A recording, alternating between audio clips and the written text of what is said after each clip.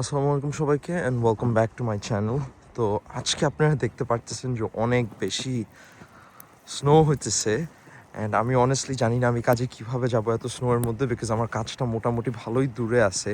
আমি কুইন্সে থাকি বাট আমার কাজটা লং আইল্যান্ডে। সো দেখি গাড়িটাকে ক্লিন করি অ্যান্ড আমি ইন দ্য প্রসেস আপনাদেরকেও দেখাই। তো স্নো পড়লেই প্রথমে আমি যে কাজটা করি, গাড়িটা অন করি অ্যান্ড আমি গাড়িটার গ্লাসের হিটটা অন করে দিই।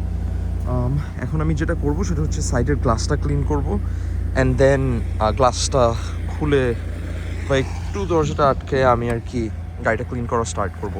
অ্যান্ড অনেক মানুষ অনেক রকম জিনিস ইউজ করতে পছন্দ করে গাড়ি ক্লিন করতে, বাট আমি পার্সোনালি গ্লাভস ইউজ করি বিকজ ইটস ইজি।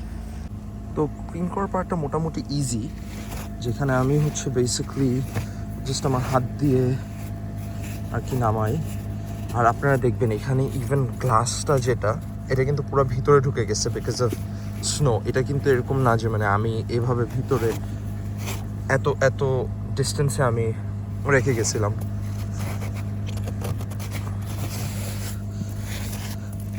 আর দরজাটা কিন্তু আমি খুলেই রাখছি জাস্ট ইন কেস, যাতে কোনো রকম কোনো সমস্যা না হয়, যিনি গাড়ি কোনোভাবে লক না হতে পারে। তো এইভাবেই বেসিকলি এরকম করে গাড়িটা আমি পুরোটা ক্লিন করবো অ্যান্ড দেন আমি আপনাদেরকে ফাইনাল প্রোডাক্ট দেখাবো অ্যান্ড আমি আপনাদেরকে অলসো দেখাবো যে আমি কীভাবে কোন স্পিডে বা কত আস্তে আস্তে চালিয়ে যাই গাড়ি। তো এটা মোটামুটি ফাইনাল প্রোডাক্ট। আমি আমার হেডলাইটগুলো ভালোভাবে ক্লিন করছি, নাম্বার প্লেটটা দেখা যায়, সব গ্লাসগুলো ভালো মতো ক্লিন করা হয়েছে অ্যান্ড আপনার সেম পিছনের গ্লাস মানে সব গ্লাস ক্লিন বেসিকলি। উপরে স্নো দেখতেছেন বা চালাতে চালাতে এটা পড়ে যাবে, তো সমস্যা নেই। বাট বিগেস্ট প্রবলেম হচ্ছে এইখানে, তো ভিতরটা এখন আমার সিটগুলো শুকাতে হবে। ওকে, তো এখন আমি গাড়িতে চলে আসছি। আপনারা দেখতে পাচ্ছেন যে মোটামুটি উইন্ডশিল্ডটা ক্লিন। তো আমি আপনাদেরকে এখন দেখাবো যে আপনারা কীভাবে এরকম একটা সিচুয়েশন থেকে গাড়িটা বের করবেন, যেখানে আপনারা দেখতেছেন আমার ডানে বামে সামনে পিছে সব জায়গায় স্নো।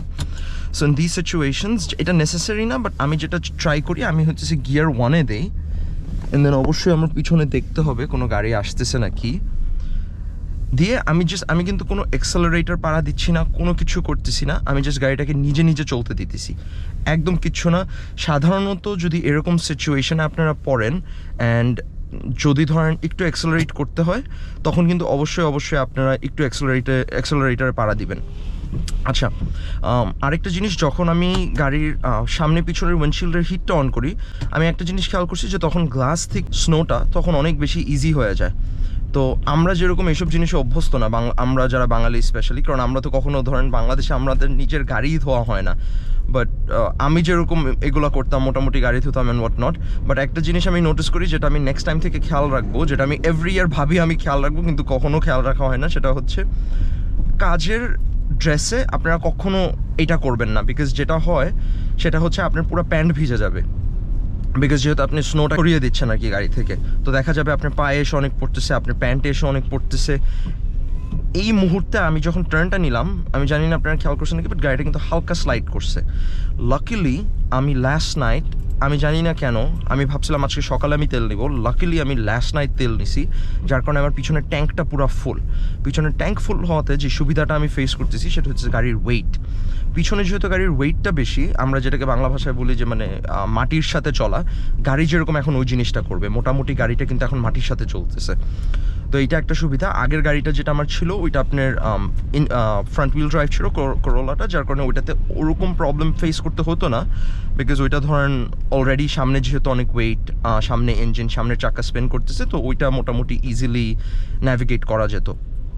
তো ভিতরের রাস্তাগুলোতে আপনারা দেখতেছেন যে মোটামুটি conditions are not that good, but still আপনারা দেখতে পারতেছেন যে ট্রাকগুলো যাচ্ছে।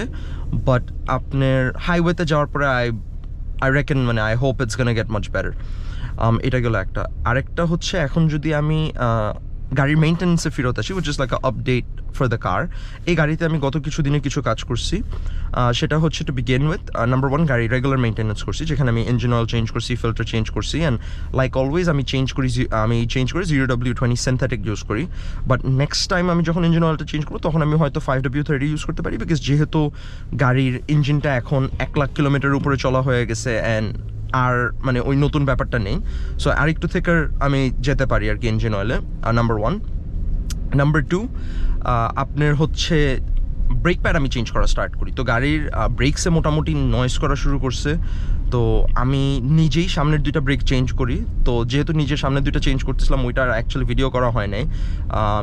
ব্রেক অয়েল চেঞ্জ করলে অলওয়েজ, মানে সরি, আপনার ব্রেক প্যাডস চেঞ্জ করলে always gets very very greasy, আপনার হাত ময়লা হয়ে যায়, যার কারণে আর ক্যামেরা ধরা হয় নাই ওই হাত দিয়ে।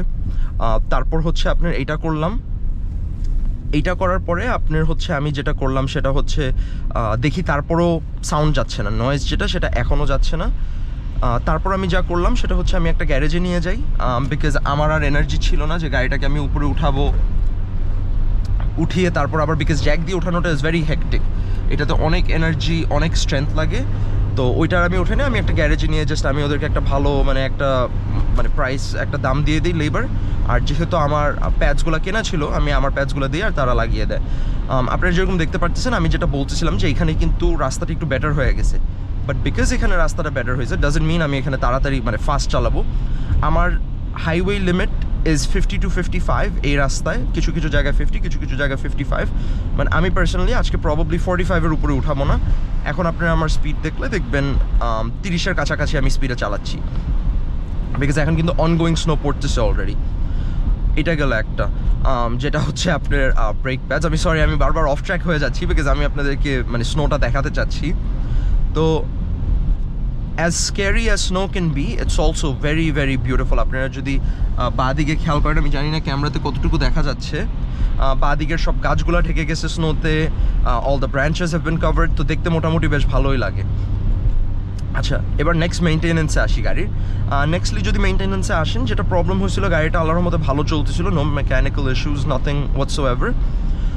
যেটা হলো, হঠাৎ করে দেখি একদিন ব্যাটারি লাইট গাড়ির জ্বলা শুরু করলো। তো আমি honestly I wasn't that worried, battery লাইটটা দেখে আমি মনে করছি হয়তো মানে নর্মাল কিছু, বাট আনফর্চুনেটলি ওইটা দ্যাট মেন্ট আমার অল্টারনেটরটা খারাপ হয়ে গেছে। তো আমি ওর আগের দিন কলেজে যাই, পরের দিন আমি কাজে যেতে, 2 দিন আমি ব্যাটারি লাইট নিয়ে চালাই মোটামুটি।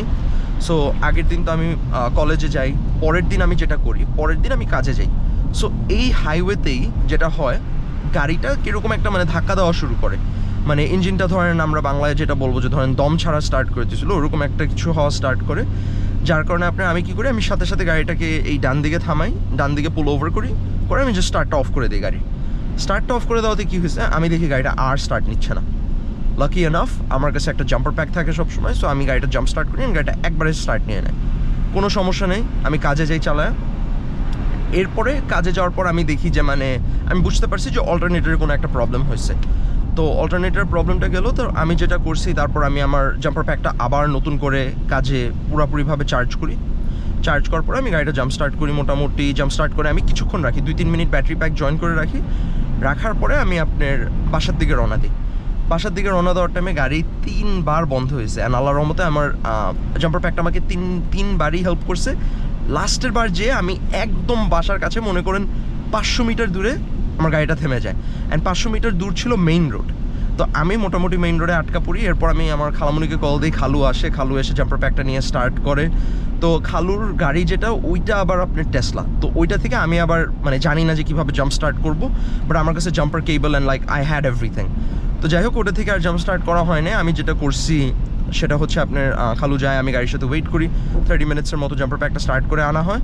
আনার পরে এরপরে আমি গাড়িটা স্টার্ট করি, করে কোনো মতে জাস্ট একটা রোডে নিয়ে আসি।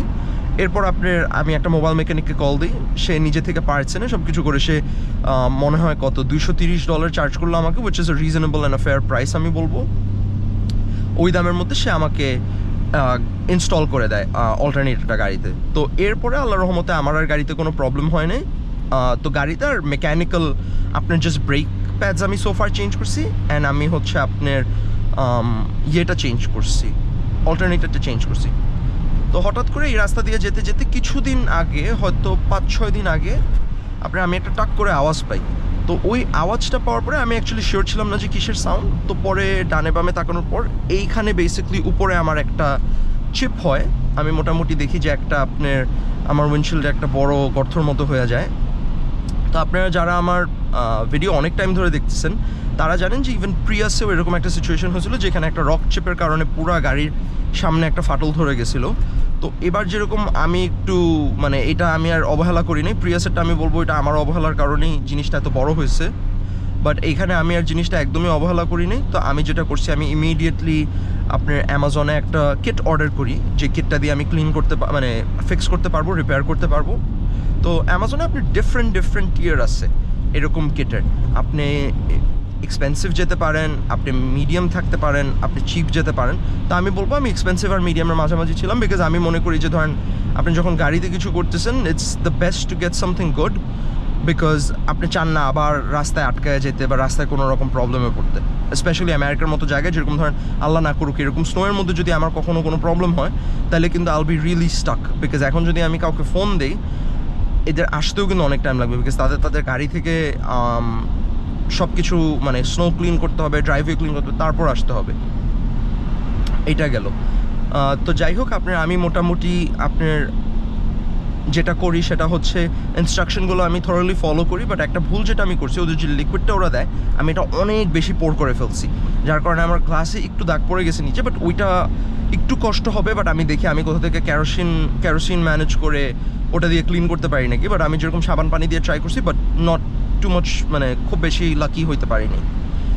তো সামনে ভিজিবিলিটি খুবই কম। অ্যান্ড আপনারা যদি এইদিকে দেখেন, এইদিকে আপনারা দেখতে পারবেন আমার স্পিড অলরেডি 50, যদিও আমি বলছিলাম আমি 30-এর উপরে যাবো না। বাট রাস্তার কন্ডিশনস আর আলহামদুলিল্লাহ বেশ ভালো, যার কারণে আমি 30-এর উপরে যেতে পারছি, 40-এর উপরে যেতে পারছি। But very foggy Rhodes.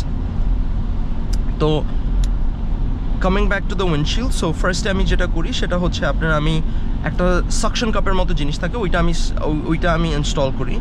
করে আপনার আরেকটা জিনিস থাকে যেটাতে আর কি আপনার ধরেন আমি ডিরেক্টলি পয়েন্ট করতে পারি উইন্ডশিল্ডের যেখানে ক্র্যাক, ওই জায়গাটাতে। তো ওইটা পয়েন্ট করার পরে আমি ওই লিকুইডটা ঢালি।